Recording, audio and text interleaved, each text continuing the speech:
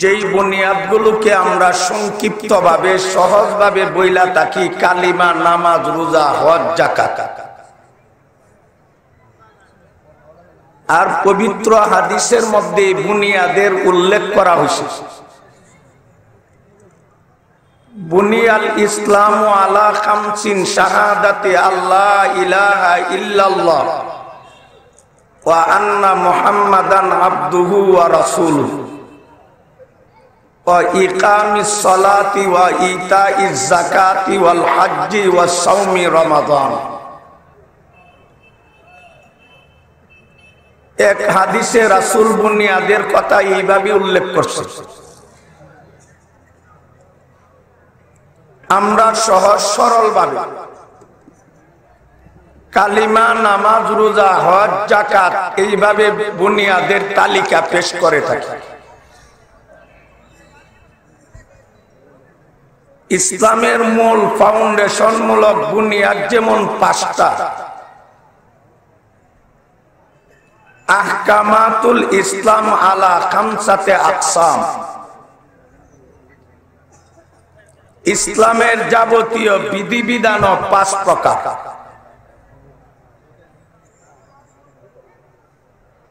ইসলামের যাবতীয় বিধিবিধান 5 প্রকারের প্রথম প্রকার হইল আকাইদ, আকীদাগত বিষয়। 2 নাম্বার হইল ইবাদত। 3 নাম্বার হইল মুআমালাত, ব্যবসা বাণিজ্য ইত্যাদি। 4 নাম্বার হইল মুআশারাত, সামাজিকতা। 5 নাম্বার হইল আখলাক।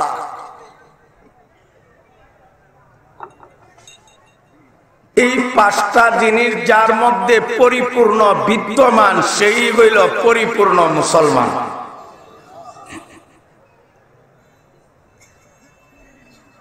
ইসলামের যাবতীয় বিধিবিধানের মধ্যে প্রথম প্রকারের নাম হইল আকাইদ, আকীদাগত, বিশ্বাসগত ব্যাপার। এইটা হইল মূল। 2 নাম্বার হইল ইবাদত। 3 নাম্বার মুআমালাত। 4 নাম্বার মুআশারাত। 5 নাম্বার হইল আখলাক। ইসলামের যাবতীয় বিধিবিধান কত প্রকার হইল? আল্লাহর রাস্তে সবাই বলেন কত প্রকার? 5 প্রকার।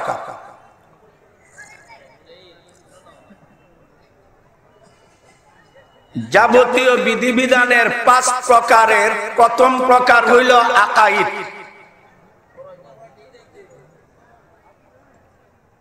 এই প্রথম প্রকার আকাইদ যার মধ্যে ঠিক থাকবে, বাদ বাকি 4টা প্রকারের উপরে আমল করে সে আল্লাহ পাইতে পারে।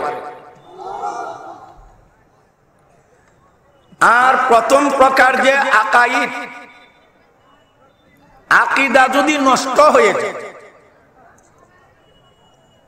আকীদার মধ্যে যদি কোনো গন্ডগোল সৃষ্টি হয়, কোন বান্দা বান্দির যদি আকীদাও ঠিক না থাকে, ইবাদত, মুআমালাত, মুআশারাত, আখলাকের মাধ্যমে সে জান্নাতে যেতে পারবে না।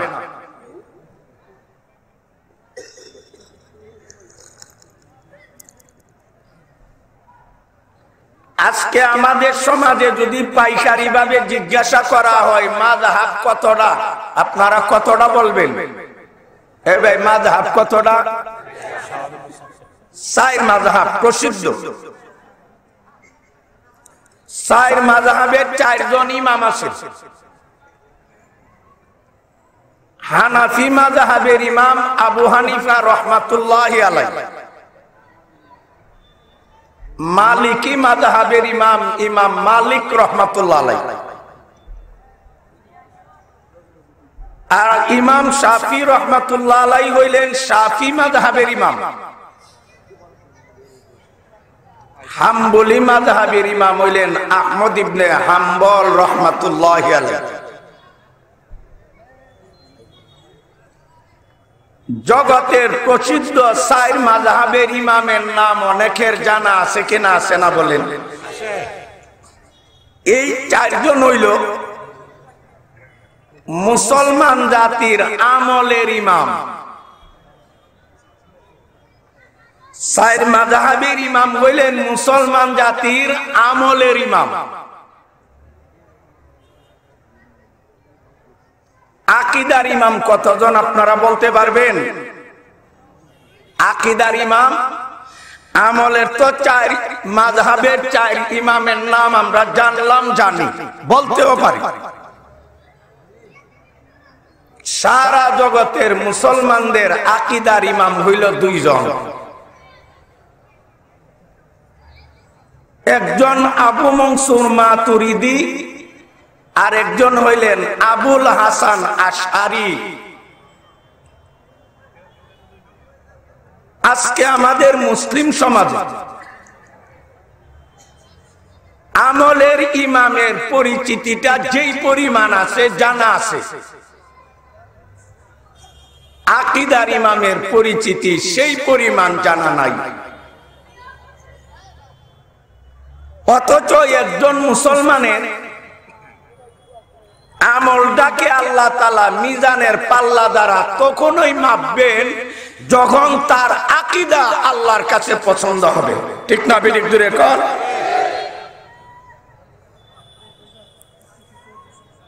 আমরা আলেম উলামার মুখে অনেক সময় শুনে আসছি,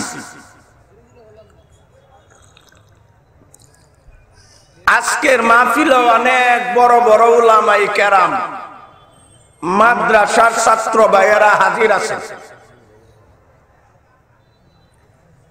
আমি ব্যক্তিগত আগেই বলতে চাই, আমার ওয়াজ আলেম উলামার জন্য না এবং মাদ্রাসার ছাত্র ভাইদের জন্য না, ওনারা আমাদের মুখাতাব না। আমার যারা জনসাধারণ আছে আপনারাই হইলেন আমার মুখাতাব। আর আলেম উলামা আমি ওয়াজ নসিহত করলে যা বুঝবো বুঝাইব, এক চাইতে বেশি বুঝে, ওনারা আমার মুখাতাব না।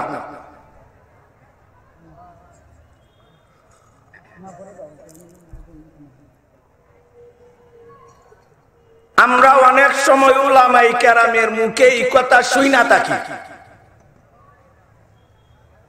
আল্লাহ তাআলা হাসরের মাঠে মানুষের আমল মাপবেন। হাসরের মাঠে মানুষের আমল মাপা হবে না গণা হবে? কথা কোন সবাই আল্লাহর রাস্তে? মাপা হবে না গণা হবে? হাসরের মাঠে আমল মাপা হবে, গণা হবে না। আমল যদি মাপা হয়, ওজনে বেশি হইলে লোকটা পাস করবে, সফল হইবে। আর যদি গণা হয়, ওজনে বেশি হলে হবে না, গণায় বেশি হইতে হবে, সংখ্যায়। হাসরের মাঠে আল্লাহ আমল গণবেন না, বরং মাপবেন। যদি আমল গণা হইতো, অনেক মানুষ এমন আছেন যে লোক মাত্র হায়াত পাইছেন 30 বছর, নামাজ ইবাদত বন্দেগী 30 বছর করছে। আরেক ব্যক্তি হায়াত পাইছেন 80 বছর, সে ইবাদত করছে 80 বছর। 30 বছর আমল কারনেওয়ালার আমল যদি গণা হয়, আর 80 বছরের আমিলের আমল যদি গণা হয়, সংখ্যায় কাটটা বেশি হবে। এই জন্য আল্লাহ গণার ব্যবস্থা রাখছেন, আল্লাহ ওজনের ব্যবস্থা রাখছেন। ওজনের মধ্যে যাত্রা ভারী হবে সে ওই জান্নাতি হবে। এখন সংখ্যা কম হোক আর বেশি হোক, আমাদের অত্র এলাকার মধ্যে কিছু দেশি আম গাছ আছে, আসেনি? দেশি আম এত বড় বড় আম ধরে, বলেন আমাদের দেশি গাছে দেশি এত বড় বড় 10টা আমের যেই পরিমাণ রস আছে, রাজশাহীর একটা ফজলি আমের এর চেয়ে বেশি রস আছে। সংখ্যা বেশি কোনটা? আমরার দেশেরটা। ওজনে বাড়ে কোনটা? এখন রাজশাহীর একটা আম কিনতে যত লাগবো, আমনে এই পেইমাভের 20টা আম এত টাকাটা পাইবেন। ঠিক না বেঠিক জোরে কোন? সংখ্যা তোমারটা বেশি আর ওজনে মাল মশলায় ওই রাজশাহীটা বেশি। ঠিক তদ্রূপ এই জমিনে অনেক বান্দা বাস করে, একই বাজারে তাদের সাথে আমরা চলাফেরা করি, একই রাস্তা দিয়ে চলাফেরা করি, একই মসজিদে তার পাশে দাঁড়ায় আমরা নামাজ পড়ি।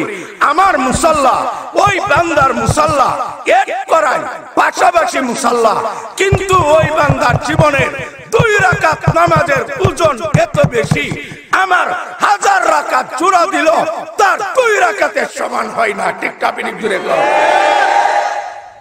সংখ্যা তো আমারটা বেশি। আমি তো এই মুরগের মতো তো উড়তাছি আর ফটতাছি, 20-25 রাকাত কইরা লেছি। আর বান্দা অত্যন্ত খুশু খুজু বিনয়ী হালতে মুশাহাদা হালতে মুরাকাবাই মাত্র 2 রাকাত করছে। তার 2 রাকাত নামাজ এত ভারী যা আমার 1000 রাকাত থেকে বেশি। ইখলাসের কারণে অধিক রুকু আর সিজদায়ে রাকাত বাড়াইতে পারে, সংখ্যা বাড়াইতে পারে। বেশি বেশি রুকু করলে, বেশি বেশি সাজদা দিলে সংখ্যা বৃদ্ধি পায়। আর ইখলাসের কারণে মিজানের পাল্লাতে আমলটা অধিক ভারী হয়ে যায়।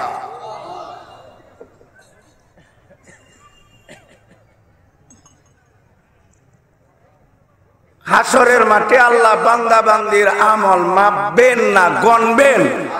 কথা গণ, মাপবেন না গণবেন? কি মাপবে? আমল কি দেখা যায়, এটা মাপবো কিভাবে? এগুলি তো আমরা যুক্তিতে আসে না অনেকে। আমল তো দেখা যায় না, এটা তো হিস্সি না, জুর্ম জিসিম কায়া বডি অবয়ব আকৃতি নাই, ধরন জানা সোয়া জানা চোখ দ্বারা দেখা জানা, মাপবে কিভাবে? এই প্রশ্নের অনেক জবাব বর্তমানে বিজ্ঞান ওই কঠিন কঠিন জিনিসটাকে একদম সহজ বানাইয়া দিচ্ছে। ঠিক না বেঠিক জুড়ে কর? তাপমাত্রা দেখা জানি, তাপমাত্রা চোখ দিয়া দেখা যা, মাপা জানি, মাপা জানা। মাইপা বলে যে বাংলাদেশের অমুক এলাকার মধ্যে তাপমাত্রা এই পরিমাণ ছিল, দেখা জানা, মাপলো কিভাবে? আপনি আমার কথা তো জানা, ধরা জানা, ছোঁয়া জানা, দেখা জানা, মাপা জানা, তাপ তো দেখা জানা, মাপলো কিভাবে? শরীরে জ্বর বুখার, জ্বর আসছে, জ্বর আসছে, জ্বর তো দেখা জানা, আমার শরীরে না দেখা যা, কিভাবে মাইপা বললো যে 160 ডিগ্রি জ্বর? বাতাস কিভাবে মাপে? কাজী আল্লাহর বান্দারা যদি দেখা জানা জিনিসটাকে মাইপা রিপোর্ট দিতে পারে, আহকামুল হাকিমিন কুল কায়নাতের স্রষ্টা যিনি নিজ ক্ষমতার পাওয়ারে চলে, উনি কি আমার আমল মাপতে পারবে কিনা পারবে না? জোরে কম। এটার প্রশ্নবিদ্ধ রয়েছে। এক জবাব। আরেক জবাব হইল আমল মাপবে মানে আমি আপনি আমল করার পরে ফিরিস্তারা যে খাতা ডাক লেখে এই কাগজটার খাতাটা মাপবে, ওই দপ্তরটা মাপা। আরেক ব্যাখ্যা হইল আমল মাপবেন মানে যে আমল করে আমিল আমিল আমল করুন না রে মাপবে। ওই হিসেবে হাসরের দিন আমল মাপা হবে না গণা হবে? অথচ কোরআনের এক জায়গাতে আছে ফালা নুকিমু লাহুম ইয়াউমাল কিয়ামাতি ওয়াজনা। এতক্ষণ আমরা শুনলাম হাসরের মাঠে আমল মাপা হবে, আর আল্লাহ বলেন তাদের জন্য, তাদের জন্য, তাদের জন্য হাসরের মাঠে আমি বিজানের পাল্লাই দাঁড় করাইব না, অর্থাৎ মাপব না। এখন আগের কথার পরের কথা বললো নি, আগের কথা দ্বারা বোঝা গেল আমল মাপা হবে। আর ফালা নুকিমু লাহুম ইয়াউমাল কিয়ামাতি ওয়াজনা, ওজনই প্রতিষ্ঠা করা হবে, মাপা হবে না। আগের কথার সাথে পরের কথার পেশ। এখন আগের কথা কাদের জন্য, পরের কথা কাদের জন্য? আগের কথা হইল যাদের আকীদা ঠিক আছে তাদের আমল আল্লাহ মাপবেন, আর পরের কথা হইল যাদের আকীদা ঠিক নাই তার আমল মাপারও দরকার নেই। আপনি আমি যখন বাজারে যাই, এ মাইকের সাউন্ড একটু বাড়াই দিতে হবে, এটা টানে কম, এদের মধ্যে ই কোনা বিকু কি দাদি এগুলি আমরা জন্য ক্ষতি করি।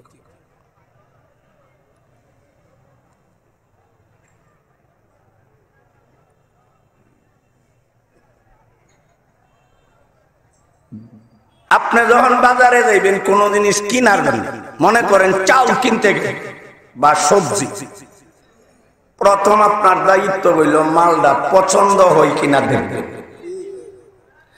2 নম্বর কাজ হইল পছন্দ হওয়ার পরে রেট দর জিজ্ঞাসা করবেন। 3 নাম্বার হইল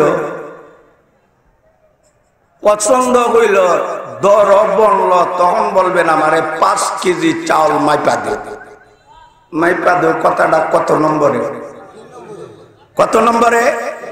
আর প্রথম নম্বর কি? পছন্দ করা। এখন আপনার যদি পছন্দ না হয় দর জিগাইবেন, পছন্দ হইল না দর জিজ্ঞাসা করলেন না, মাপার কথা বলবেন।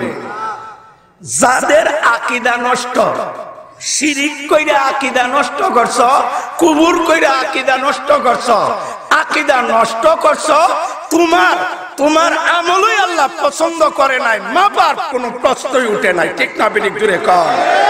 তোর মালিক তো আমার পছন্দ হইছে না।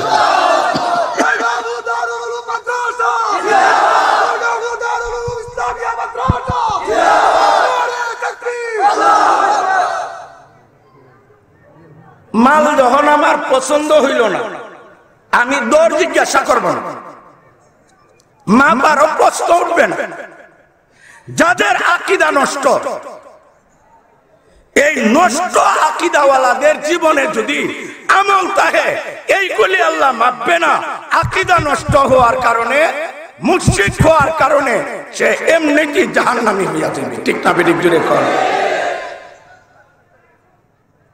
ইসলামের যাবতীয় বিধিবিধান কত প্রকার?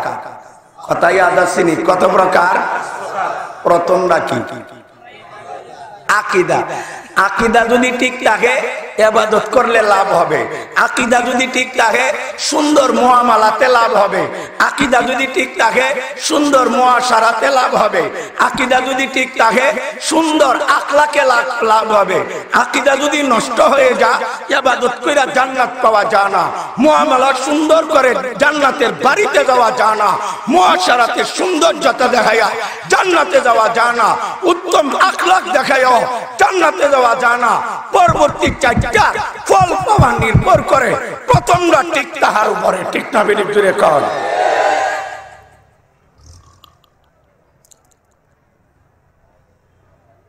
আমরা দেশে জেলেরা মাছ মারে, আপনাদের এলাকাত মাছ মারিনি জাল দিয়া? মাছ মাইরা রাখে কই? মাছ মাইরা শিকার কইরা যে রাখি পাত্ররে ফলক,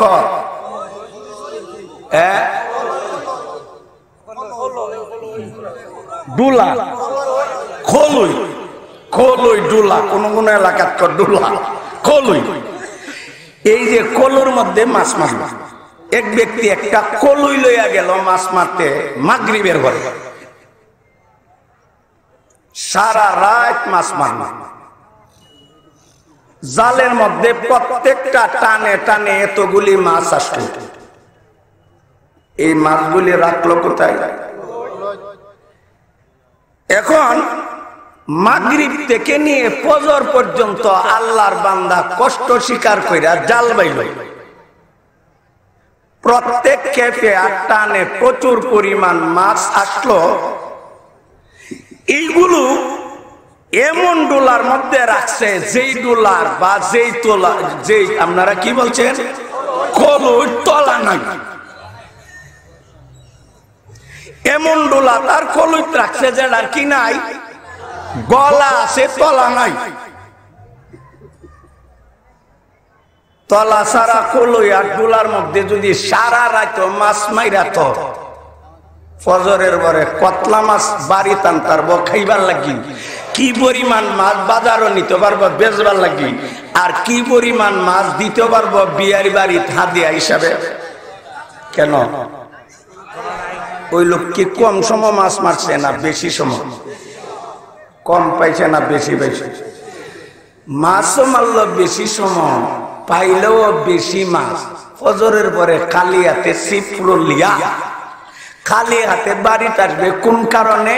ওই তলা সারা কলুর মধ্যে মাছ তওয়ার কারণে। তলা সারা কলুর মধ্যে মাছ তৈলে যেখানে যা, আকীদা নষ্ট কইরা আমল করলে সওয়াব ওইখানে যা। ঠিক না বেঠিক?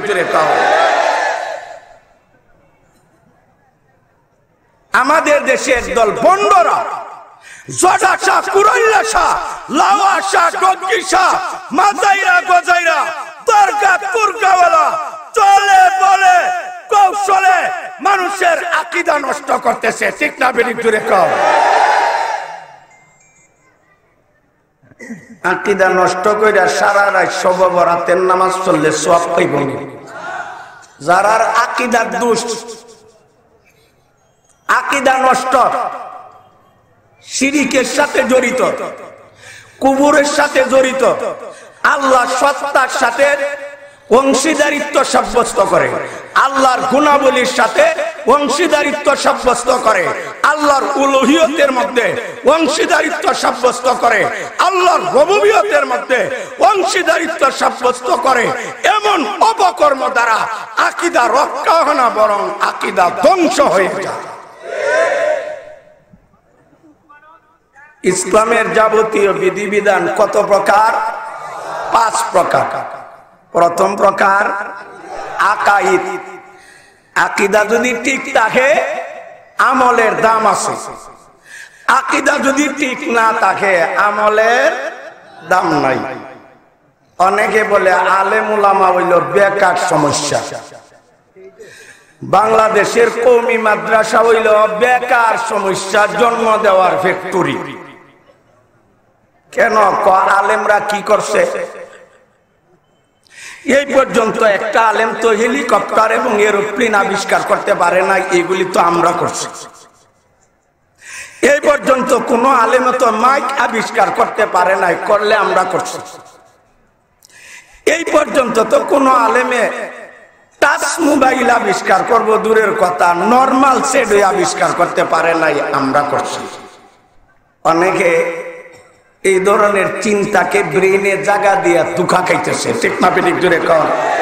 আর আলেমের শাসতলে বৈশা, রাস্তার বৈশা টেট নামিয়ার হুন্নীতি কইরা আলেমের বিরুদ্ধে অবস্থান নিতেছে।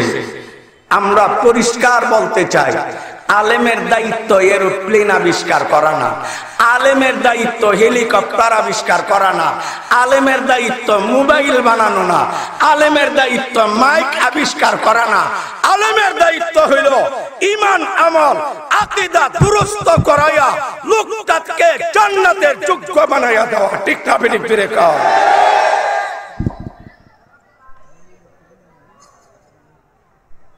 হাসরের মাঠের পর আখিরাতে মানুষ জান্নাতের বাড়ি যাইতে গেলে ফুলসেরাতের ব্রিজের উপরে যাইতে হবে। কোন দিক দিয়ে যেতে হবে? ফুলসেরাত। আমাবস্যার রাত্রি থেকে বেশি অন্ধকার, চুল থেকে আরো ভারী, দীর্ঘ পথ, ধারালো তরবারি থেকে আরো ধারালো, নিচে হইল জাহান্নাম, উপর হইল ব্রিজ। এই ব্রিজ যে সহি সালামতে অতিক্রম করতে পারবে তার ভাগ্যে হইল জান্নাত। আর যদি পার না হইতে পারে কাইটা টুকটা টুকটা হইয়া জাহান্নামে নিক্ষিপ্ত হবে। বলেন ফুলসেরাতের বীজ খুব বাচ্চা না অনেক লম্বা, অনেক ফাঁস না খুব চিকন, খুব আলোকিত না খুব অন্ধকার, খুব বুতা না অনেক দাঁড়ালো? এই সময় যদি কোনো ব্যক্তি বলে এই ফুলসেরাতের বীজে পা রাখলে কাইটা যাইব, রাখতে পারবো না, কাজে আমি ফুলসেরাতের বীজ পার হবে হেলিকপ্টার আর এরোপ্লেন দ্বারা, পারবো নি? পার হইতো? হ্যাঁ, ওইখানে এরোপ্লেন কাজে লাগবো নি? তাইলে বাবা তুমি যেটা নিয়ে বেড়াগিরি, অহংকার, দাম্ভিকতা, লম্বা মাত মাতো আর ফুটান্তি করো, এন করছি তেন করছি, হেলিকপ্টার এরোপ্লেন বানাইছি, এটা দুনিয়া চলে আবার বিধ্বস্ত হয়। এই যেটা শুধু দুনিয়া চলে আবার অ্যাক্সিডেন্ট কইরা মানুষও মারে, মৌলবীর আর কাজ এমন ফসা জিনিস বানানো না। মৌলবীদের দায়িত্ব হইল মানুষকে এমন তালিম শিক্ষা দেওয়া, যে তালিম নিয়ে ঈমান আকীদা নিয়ে লোকটা মারা গেলে ফুলসেরাতের ব্রিজ পার হয়ে আল্লাহর তৈরি চিরশান্তি স্থান বাসর ঘর জান্নাতে যাইতে পারবে। ঠিক না বেঠিক জোরে কর। তো মোল্লারা কিতা করছে? মোল্লারা যেটা করছে তোর 14 গোষ্ঠী ওইটা মারছে।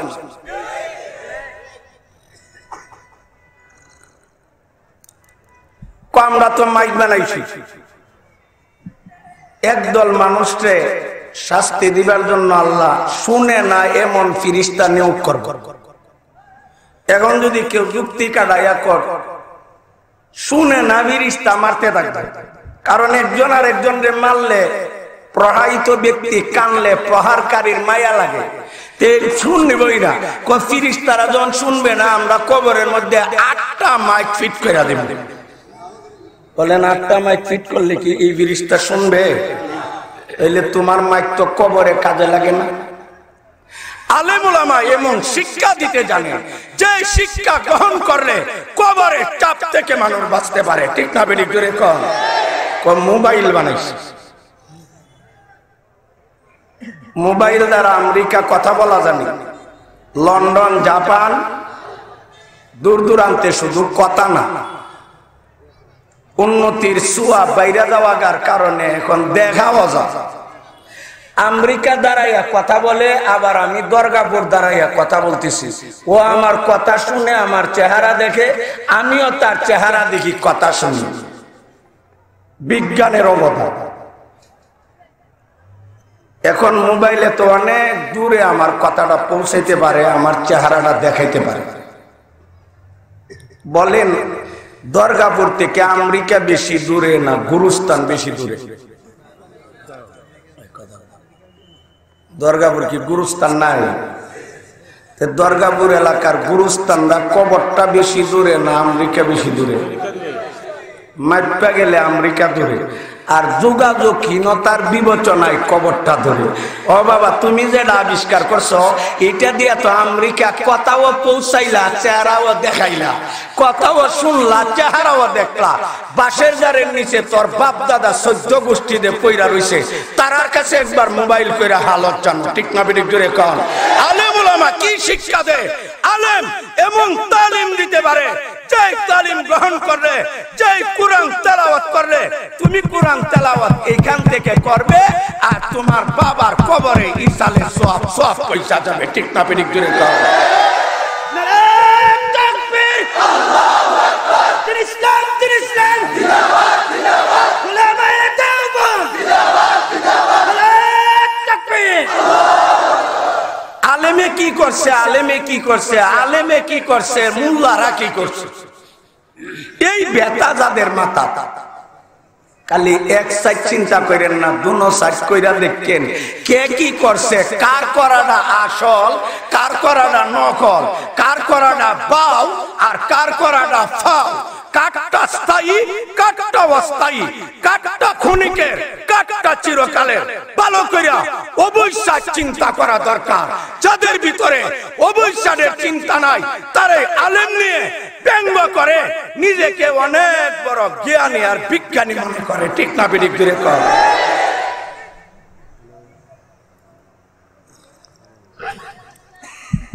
অনেক কথা তলা সারা কলের মধ্যে মাছ তৈলে কই যা বিয়ের বাড়ি যা তলা সারা কলের মধ্যে মাছ রাখলে যেমন আটকা থাকে না, আকীদা নষ্ট কইরা আমল করলে সওয়াব রক্ষা পানা।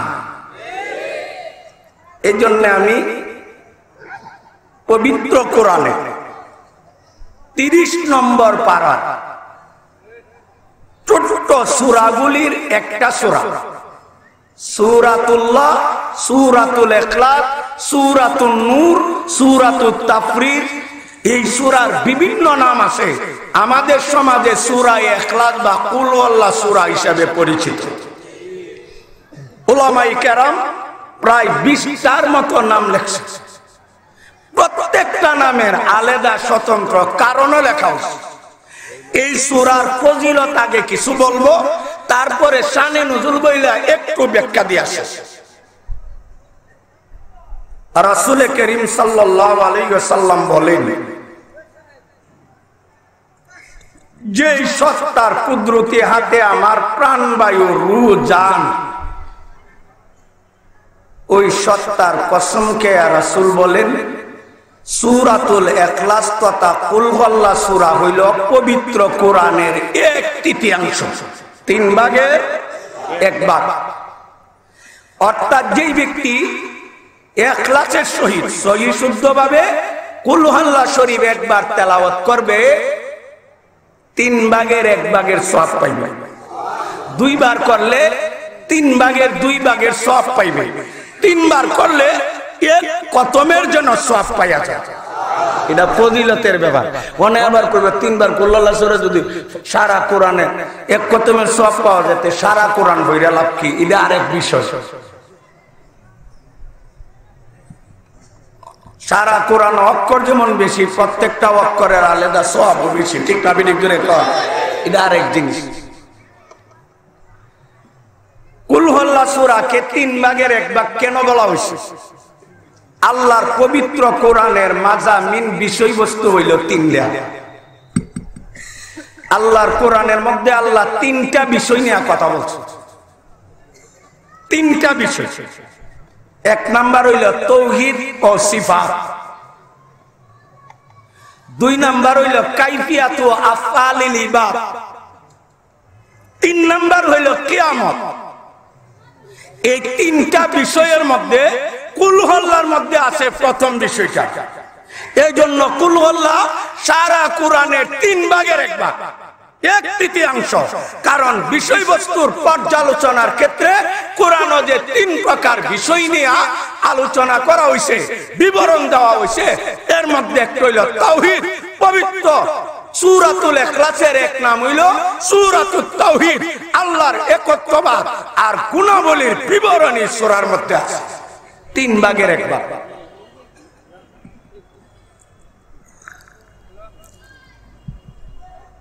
রাসূলের দরবারে একবার জিবরাইল আমিন ছিল, জিবরাইল আলাইহিস সালাম।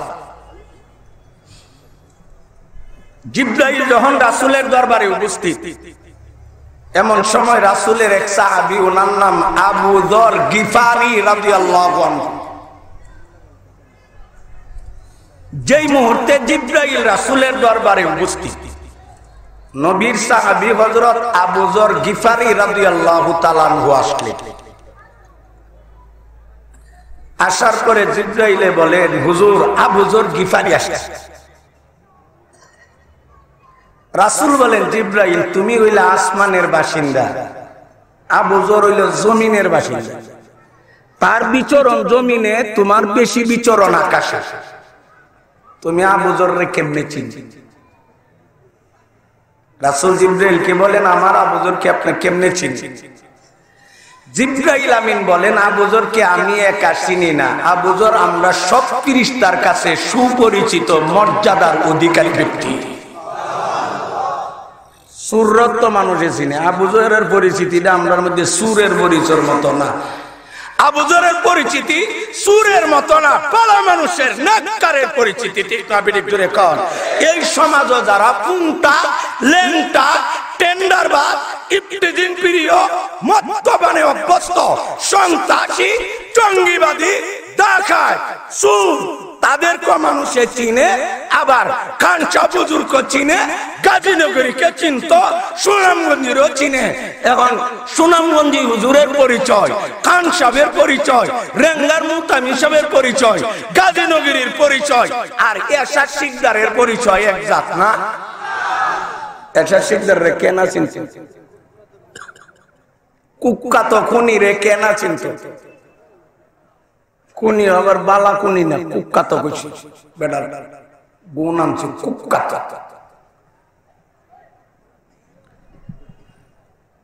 জিবরাইল আমিন বলেন, আবু যর গিফারি আমাদের কাছে সুপরিচিত এবং মর্যাদা পাওয়ার অধিকারী। রাসূল বলেন, আবু যরের এত দাম মর্যাদা কেন তোমাদের নিকট? আল্লাহ স্বর্গীয় মহাশক্তিশালী দূত জিবরাইল বলেন, আবু যর গিফারি দুই কারণে আমাদের কাছে পরিচিত। এক নম্বর হইল উনি মুতাওয়াজে, বিনয়ী মানুষ, নম্র। মান তাওয়াজা লিল্লাহ রাফাহুল্লাহ, মান তাওয়াজা লিল্লাহ রাফাহুল্লাহ। যে আল্লাহর সামনে নিজেকে ছোট করবে, আল্লাহ তার মর্যাদা বাড়াইয়া দিবে। ঠিক না বেরিক জোরে কর।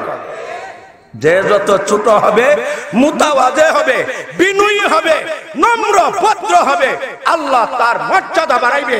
আর যে যত বড় অহংকারী হবে, আল্লাহ তাকে তুলার সাথে মিশাইয়া দিবে। অহংকার মর্যাদা বাড়াইতে পারে না, তাকাব্বুরে মর্যাদা বাড়াইতে পারে না, কিবিরে মর্যাদা বাড়াইতে পারে না, আত্মগরিমা মর্যাদা বাড়াইতে পারে না, দাম্ভিকতা মর্যাদা বাড়ে না, পায়ের নিচে নিক্ষেপ করে। তাওয়াজু এমন একটা গুণ, যেই গুণে মানুষটাকে এত মর্যাদাশালী করে, ওই লোকটা আমল করে জমিনে আর আকাশবাসী ফেরেশতার কাছে প্রশংসনীয় হয়ে যায়।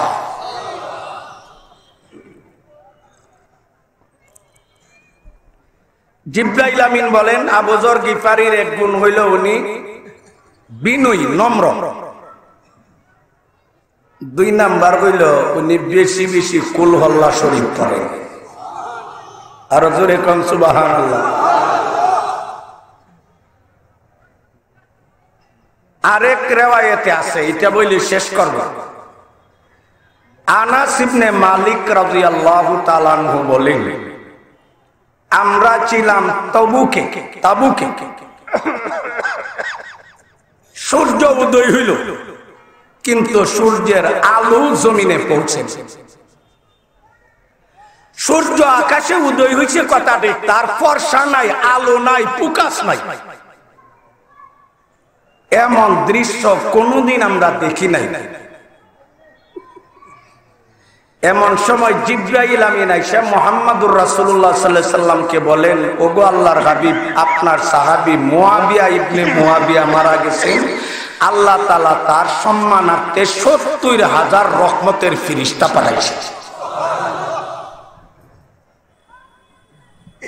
আল্লাহ ওয়ালারা মারা গেলে আসমান কান্দে, আর পাবিষ্ট বাবাচার বেঈমানদের ব্যাপারে আছে মা বাকাতিস সামাওয়াতু ওয়াল আরদ। এই পাবিষ্ট মারা যাওয়ার কারণে আসমানও দুঃখিত না, জমিনও দুঃখিত না। আল্লাহ ওয়ালা বুজুর্গ মারা গেলে আসমান কান্দে। ওই যেই দরজা দিয়া তার নেক আমল উপরে উঠত, যেই মুসাল্লাতে দাঁড়াইয়া সে নামাজ পড়ত, যেই জমিনে দাঁড়াইয়া নামাজ পড়ত, ওই জমিন, ওই মুসাল্লা, ওই আসমান তার জন্য দুঃখ প্রকাশ করে। তার হালতে জিবরাইল আমিন বলেন, আপনার সাহাবী মুয়াবিয়া ইবনে মুয়াবিয়া মারা গেছে। ৭০,০০০ রহমতের ফেরেশতা। রাসূল, আপনি তার জানাজার ইমামতি করতে হবে। এখন রাসূল হলেন তাবুকে, সাহাবী হইল মদিনায়, দূরে। কিভাবে ইমামতিটা করবে? জিবরাইল আমিন তার পাকা দ্বারা জমিনে আঘাত করলো। তাবুক থেকে নিয়ে মদিনা পর্যন্ত যত বাধা, অন্তরায়, পার্টিশন, পাহাড় ছিল, সবগুলি যেন সইরা গেছিল, আর লাশটা রাসূলের সামনে হাজির হয়ে গেছিল। এটা নবীর মুজিজা, এটা নবীর মুজিজা। এটারে কেন্দ্র করে গাইবি জানাজার দলিল দিলে হবে না। নবীর সামনে লাশ আছেন, তোমরা যে গাইবি জানানা করো, তোমার দলের কর্মীদের রাজশাহী মারা গেছে, তুমি যে সিলের জানাজা করো, তোমার লাশ আইছিল নি? নবীর মুজেজার সাথে এটা কোনো চুক্তি দেওয়া যেতে পারে না। ঠিক না বেঠিক জোরে কর। এই হইল কুল হুয়াল্লাহ শরীফের অনেক ফজিলত সংক্রান্ত হাদিসের মধ্যে মাত্র 2-3টা কথা আমি আপনাদের খেদমতে পেশ করব। এখন এই সূরাটা নবীর উপরে নাজিল হওয়ার কারণ আমি সংক্ষিপ্ত আকারে বলব। কুফফারে কুরাইশ অথবা মদিনার ইহুদিগণ অথবা দুনো দলই হইতে পারে, রাসূলকে বলছিলেন, হে মুহাম্মদ, তুমি তোমার রবের গুণ আওসাফ গুণাগুণ বর্ণনা কর, তোমার রবের গুণ বর্ণনা কর, তোমার রবকে আমরা চিনতে চাই।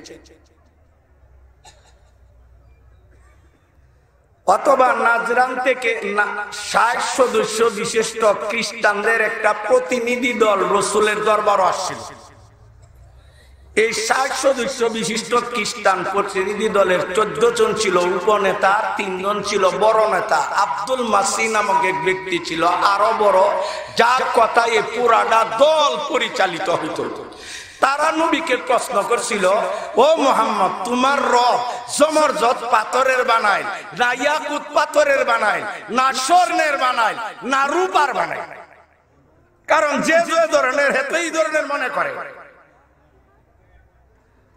কুফফারে কুরাইশ, কুরাইশের কাফিরদের প্রশ্নের জবাবও সূরাটা নাযিল হইতে পারে, অথবা মদিনার ইহুদিদের প্রশ্নের জবাবও নাযিল হইতে পারে, অথবা নাজরান থেকে আগত খ্রিস্টান প্রতিনিধিদের প্রশ্নের জবাবও সূরাটা নাযিল হইতে পারে।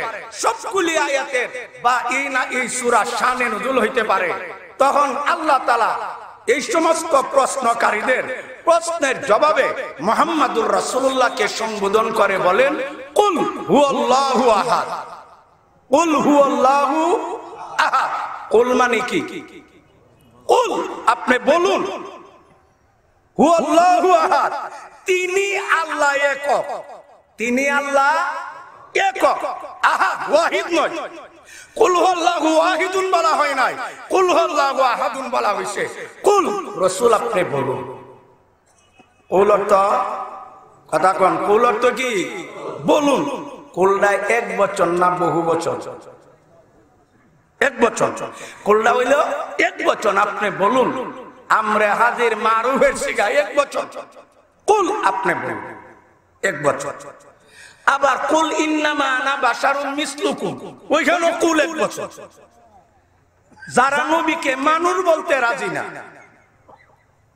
নবীর ইশকের প্রেমের বেদনায় যারা নবীরে মানুষ বলতে রাজি না, তারা কুল ইন্নামা আনা বাশারুম মিসলুকুম আয়াতের একটা মন গড়া ব্যাখ্যা জনগণকে বুঝাইবার অপচেষ্টা করে। অপচেষ্টাটা কি? নবী যে মানুষ, এই কথাটা আমরা কইতাম পারতাম না। নবী যে মানুষ, এটা নবী কইতে পারবো। কথা বুঝেননি? দেখে, নবী যে মানুষ জগতের কেউ বলতে পারবে না, উম্মতে বলতে পারবে না, নবী নিজে মানুষ বলতে পারবে। দলিল কুল শব্দটা এক বচন আইছে, এখানে আল্লাহ শুধু নবীকে বলছে আপনি যে মানুষ, এই কথাটা আপনি কোন, জগতে আর কেউ বলতে পারবে না। তারা এইভাবে পাবলিককে একটা ধোঁকা দেওয়ার চেষ্টা করে, এক বচনের ব্যাখ্যা দিয়া শুধু নবীকে মানুষ বলবে, জগতের আর কেউ বলতে পারবে না। তো পাবলিকের সামনে মন গড়া ব্যাখ্যা দেয়। এইটাই যদি তোমাদের কুরা যুক্তির চূড়াতালি হইয়া থাকে, এক বচনের কারণে নবী নিজে একাকে মানুষ বলবে, আর কেউ বলতে পারবে না। তে কুল হল্লার মধ্যে তো এক বচন, তে আল্লাহ দেয়, এটা নবী একা বলতে পারবো, তোমরা বলতে পারবে না। এখানে তো এক বচন। ওই জানে যদি এক বচনের কারণে বলাটা নবী পর্যন্ত সীমাবদ্ধতাকে অন্য পর্যন্ত অতিক্রম না করে, তে কুল হল্লার মধ্যে আল্লাহর একত্ববাদের কথাটা এক বচনেই বলা হয়েছে। নবী কি একা আল্লাহকে এক বলবে আর অন্যরা আল্লাহর সাথে শিরিক করবে? তারা এই মাতালের দলে এই ধরনের মন গড়ার ব্যাখ্যা কেন দে? ইডারও একটা কারণ আছে। তারা কত হইল, যদি আমরা এইভাবে চলে বলে কৌশলে বাটপারি টাউটারি সিটারি তাহরিফ এইভাবে মন গড়া ব্যাখ্যা দিয়া জনতারা আমরার পক্ষে আনতে পারি যে কুল ইন্নামা আনা বাশারুম মিসলুকুমের মধ্যে এক বচনের কারণে নবী নিজেকে নিজে মানুষ বলবে, কেউ বলতে পারবে না এক বচনের কারণে। কুল হল্লার মধ্যেও নবী আল্লাহ কইবা আল্লাহ যে, আর আমরা একা কইতাম না, আমরা আল্লাহর সাথে বাবারও শরীক করুম, দরগারও শরীক করুম, দুর্গারও শরীক করুম, পাঁচ মিশালি জিন্দেগি কাটাই আমরা মরতে চাই। ওই বাটপারি কথাটা সমাজ বাঁচাইবার জন্য মন গড়া ব্যাখ্যা দিয়া থাকে। ঠিক না বেরিয়ে ঘুরে কর। নবী কিসের আল্লাহ কিসের বানায়? স্বর্ণের না রূপার? যারা মূর্তি পূজা করতো তারা অনেক মূর্তি বানাইতো। রাসূলের এক সাহাবী, উনি মুসলমান হওয়ার পরে ইসলাম ধর্ম গ্রহণ করার আগে যে উনি কেমন ছিল একটা ঘটনা শোনাইছে।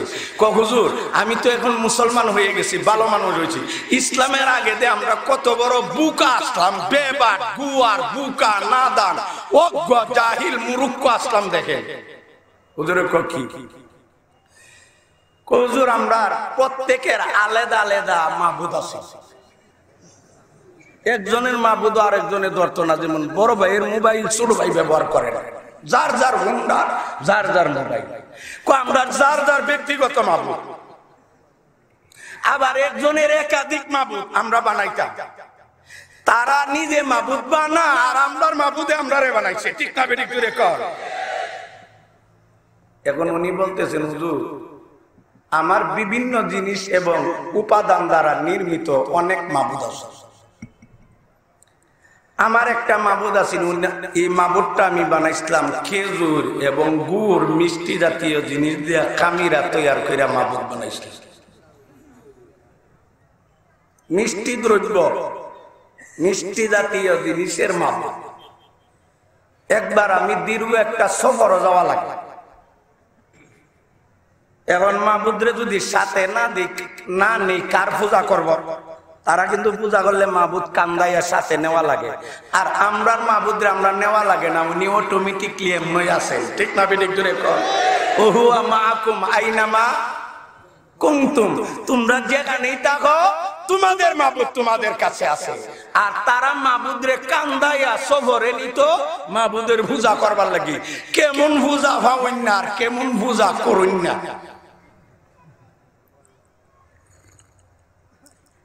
ওই সাহাবী বলেন হুজুর তখন আমি সিদ্ধান্ত নিলাম কোন মাবুদের সাথে নেওয়া যা। মাটির বানাই লিডারে না পাথরের না কাঠেরটা না বাঁশেরটা না বেতেরটা, সব বাদ দিয়া নিলাম মিষ্টি জাতীয় বানাইল যে মাবুদ নারে। সব অরাসিন আমার যতদিনের অপরিকল্পিত মনের অজান্তে যতদিনের সব অরাসিন, এতদিন থেকে আরো 5-7 দিন বাইরে গেল।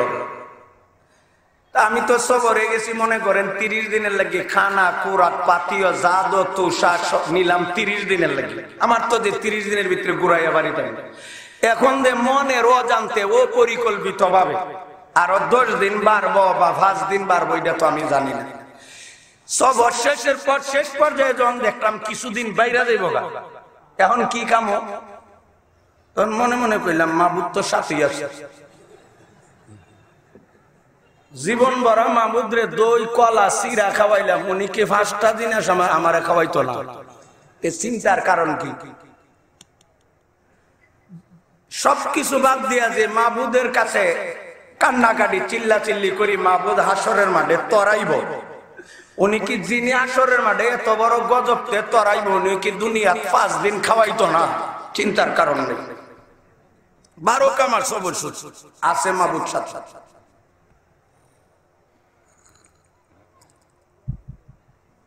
পরিশেষে 30 দিন শেষ, 31 দিন চলল, 32 দিন গেল, পেটের ফেরার খিদা বাড়তেছে। আর অপেক্ষা করে মাবুদিনী তার করুণ অবস্থাটা দিকে নিজের ভোগ করতে একটা বাজেট 30 দিন 32 দিন গেছে, মাহবুদ তো এগুলি করে নহন এ যায় মাহবুদরে অনুরোধ করে, সাহেব আপনি কি নিজে দেখতেছেন না আমার কি অবস্থা?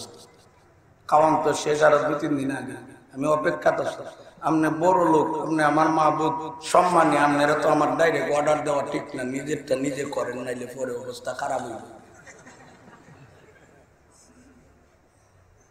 অনুরোধ করছে, কথা কইতে পারেনি, চলতারিনি, দরতারিনি, এরপরও মাহবুদ ঠিক। এরা যেমন কইতে পারে না, চলতারে না, বলতে পারে না, মারতে পারে না, খাইতে পারে না, দেখতে পারে না, শুনতে পারে না, এর বড় মাহবুব। আর আমরার দেশে এক বেড়া জটা রাখছে, জীবন অভাবনা, এর বড় ফির। এই যে মাথার জড়া রাখছে, জড়া এত বড় জড়া, এই জড়া দুনিয়াত কোনো কাজে লাগে না, একটা কাজই লাগে, হে কোন কানো গেলে বালিশ লাগে না, ইডারি গুড়াইয়া বেচাইয়া বালিশ বানাইয়া ঘুমাইতারে। আমি নিজে গাবতলি দেখছি, আমার মেহেরপুর চুয়াডাঙ্গা 8-10 বছর আগে চুয়াডাঙ্গা আমি গেছিলাম এক প্রোগ্রাম, গাবতলি যাইয়া আমি টিকিট কাটলাম, চুয়াডাঙ্গা টিলাক গাড়ি ছাড়তে আধা ঘন্টা লাগবে, দেখতাম মানুষের ভিড়। আমি কে যাইয়া গুজাইয়া বীরও ঢুকিয়া দেখি এক বন্ড মাথা এমন জডারে গুড়াইয়া বেসাইয়া বালির বানাইয়া বইরা রইছে, আর বেড়া বিড়ে সুমাইতাছে। ওই আমি দেখলাম, আর এই জডা তো কোন কাজে লাগে আমরা মোল্লারা বুঝি না, আজকে তো আমার আল্লাহ বুঝ দিছে, বালিশের কাজে লাগে। এটা তো কম না।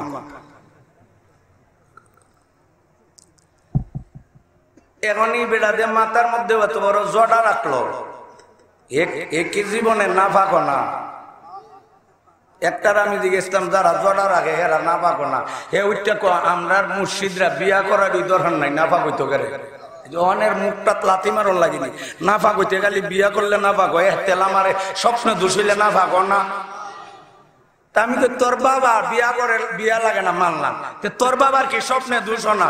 ক না আমার বাবার কুস্তা নাই। আমি কইতে কা পুরুষের দ্বারে মুড়ি দিছ করে, এই যেটার মাঘ মাসও বিজার হোক না, সে তার সমান, ইটা তোরে কিতাব তরাইব।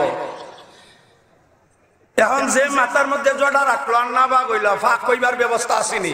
এই ভাইয়েরা আমরা যখন না বাক হই, আমরা গুরু কারণে না বাক হইলে পবিত্র হইবার ব্যবস্থা আছে কিনা? আছে না? আসেনি? জোরে কোন এটা ব্যবস্থা কি? ব্যবস্থা কি? গোসল করো। গোসল করলে, পুরুষে গোসল করলে পুরুষের মাথার চুলের মধ্যে পানি না পৌঁছলেও চলবো।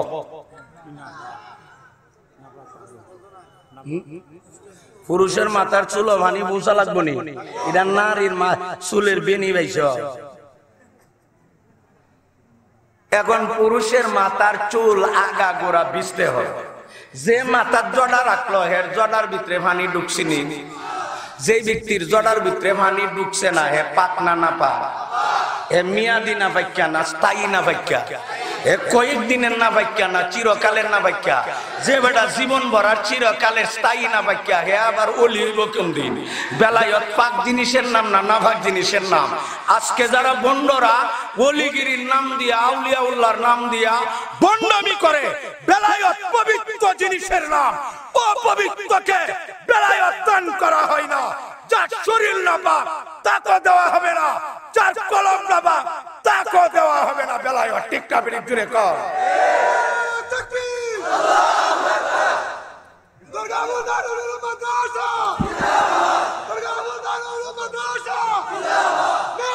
নবুয়ত পবিত্র, নবুয়ত পবিত্র, নবুয়ত পবিত্র। কথাগুলো ভালোভাবে শুনেন। নবুয়ত রেসালত পবিত্র নি। এই নবুয়ত আর রেসালতের দরজা গেট লক। মুহাম্মদুর রাসূলুল্লাহ বলেন, আমার উদাহরণ ওই বিল্ডিং এর মতো, যেই বিল্ডিং এ 7 ধরনের ইট লাগানো হইছে, মাত্র একটা ইটের জায়গা খালি রইছে। দর্শক অতিক্রমকারী প্রতিক্রা দর্শকরা বিল্ডিংটা দেখে প্রশংসা করে, একটা ইট পরিমাণ জায়গা খালি দেখে বলে এটা যদি লাগাইতো তাহলে কাজটা কমপ্লিট হইতো। মুহাম্মদুর রাসূলুল্লাহ বলেন, নবুয়তের বিল্ডিং এ আল্লাহ আদম নামক ইট লাগাইছে, শীষ নামক ইট লাগাইছে, ইদ্রিস নামক ইট লাগাইছে, নূহ নামক ইট লাগাইছে। খলিলুল্লাহ নামক কীট লাগাইছে, সবিহুল্লাহ নামক কীট লাগাইছে, ইসাক নামক কীট লাগাইছে, ইয়াকুব নামক কীট লাগাইছে, ইউসুফ নামক কীট লাগাইছে, দাউদ সুলাইমান নামক কীট লাগাইছে, দানিয়েল হানজালা নামক কীট লাগাইছে, আইয়ুব নামক কীট লাগাইছে, ইয়াসা নামক কীট লাগাইছে, ইলিয়াস নামক কীট লাগাইছে, মুসা কালিমুল্লাহ নামক কীট লাগাইছে, ঈসা রূহুল্লাহ নামক কীট লাগাইছে। মাত্র একটা ইটের জায়গা খালি ছিল। আনা হাযিহিল লাবিনা, আমি হইলাম নবুয়তের বিল্ডিং এর সর্বশেষ ইট। আমাকে লাগাইয়া নবুয়তের গেটকে আল্লাহ তাআলা তালাবদ্ধ করেছেন। ঠিক না বিলিভ করে কও। একটা ঘরের যদি দরজাও বন্ধ থাকে, জানালাও বন্ধ থাকে, দরজাও বন্ধ, জানালাও বন্ধ, একজন আর একজনের ঘরে ঢুকে কি দ্বারা? দরজা দ্বারা। অগত্যা দরজা দ্বারা যদি না ঢুকতে পারে, কোনো কারণে জানালার মধ্যে গ্রিল না থাকলে ইদা দাও ব্যবসা ভাবলে ঢুকে, বিপদের বন্ধু। এখন দুইটা প্রবেশদ্বার, দরজা বিপদের সময় জানালা, এই দুটোটা যদি বন্ধ থাকে, কেউ যদি গাত্তা কইরা বুঝুন আপনারা, শীত কাইটা সিং কইরা গাতা কইরা যদি কেউ রাত্রের 12টা-1টার সময় ঢুকে, এই দেশের সবচেয়ে বড় তাহাজ্জুদ গুজার। আমরা রাত্রের বেলা গাতা দিয়া যাই আর একজনের ঘরে ঢুকে, দরজা জানালা বাদ দিয়ে বেটা পাইজিদ বুস্তামিন নাতি, এই দেশের বড় ওলি না সুর। দরজা জানালা লাগাই থাকলে অন্য পথে যে দুঃখে হে যেমন মাল সুর, নবুয়তের দরজা বন্ধ। এখন যে নবী দাবি করবে, এই কাদিয়ানির দল হইল ইমাম সুর। ঠিক না বিলিভ করে কন? ইমাম।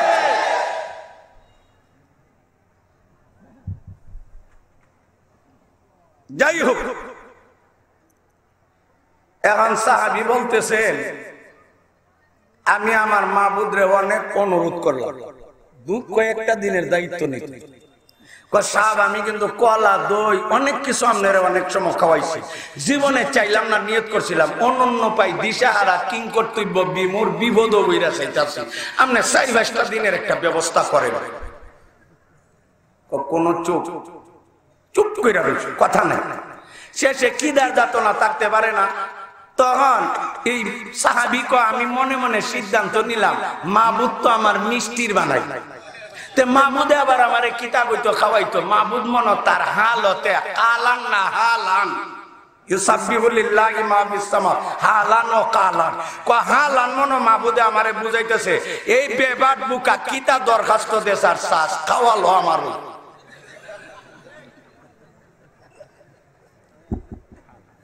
কবরে আমি চিন্তা করে দেখলাম, এটা তো তাইনের মুখে সুস্পষ্ট কোনো কথা না, হালতে নেই আমি বুঝছি, ইডা না হইতে পারে। তে আবার যদি ওনারে খাওয়ালো, উনি আবার প্রতিশোধ এনতে কামলো। তে আমি চিন্তা করে দেখলাম যে আমারে মারলে তো ডাইনার দিয়ে মারলো, তে আমি বললাম মেসেজ করতে করতে ডাইনা তুই আক্রমণটা করি।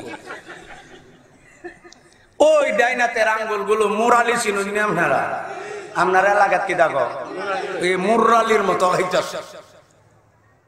সাহাবী কো হুজুর আমরা মুসলমান হইবার আগে কত নম্বর বেবার আসলাম, দেখেন বেবার আর কুয়ার আর অজ্ঞ জাহিল মানুষের মধ্যে যখন কলবের মধ্যে যখন জুলমতের অন্ধকার থাকে, তখন মানুষ কত নম্বর বুকামি কাজ করে বুঝতে পারে না। আর জাহালত, মূর্খতা, শিরিক, কুফরের বার্তা যখন সইরা যায়, তখন মানুষের কাছে সব জিনিস পরিষ্কার হয়ে যায়। ঠিক না বিলিভ করে কোন? বাস্তবতাটা ধরা পড়ে। ওই খ্রিস্টান প্রতিনিধিরা অথবা কুফারে কুরাইশরা অথবা মদিনার ইহুদিরা বলছিল, মুহাম্মদ তোমার আল্লাহর গুণাগুণ বর্ণনা করো। নাজরানের প্রতিনিধি খ্রিস্টানরা বলছিল, জমরজদের বানাইল্লা, ইয়াকুতের না, স্বর্ণের না, রূপা। আল্লাহ বলেন, কুল, রাসূল আপনি বলুন, কুল ইদা আমরে হাজির মারো। আমরের জন্য কমপক্ষে 3টা জিনিস লাগবে, আমির লাগবে, মামুর লাগবে, মামুর বিহি লাগবে। আমির মানে হুকুমদাতা, মামুর মানে যারে হুকুম দিল, মামুরে বিহি মানে যেই কাজের হুকুম দিল। কুল আইছে, কোল লাগবে, মাকুলা লাগবে। ঠিক না বিডি? জুড়ে কোন, আরো জুড়ে কোন, ঠিক না বিডি? কুল এটা কার আদেশ? আরো জুড়ে কোন, কার প্রতি? এর দ্বারা বোঝা যায় আমরা নবী লাইসেন্স প্রাপ্ত পয়গম্বর।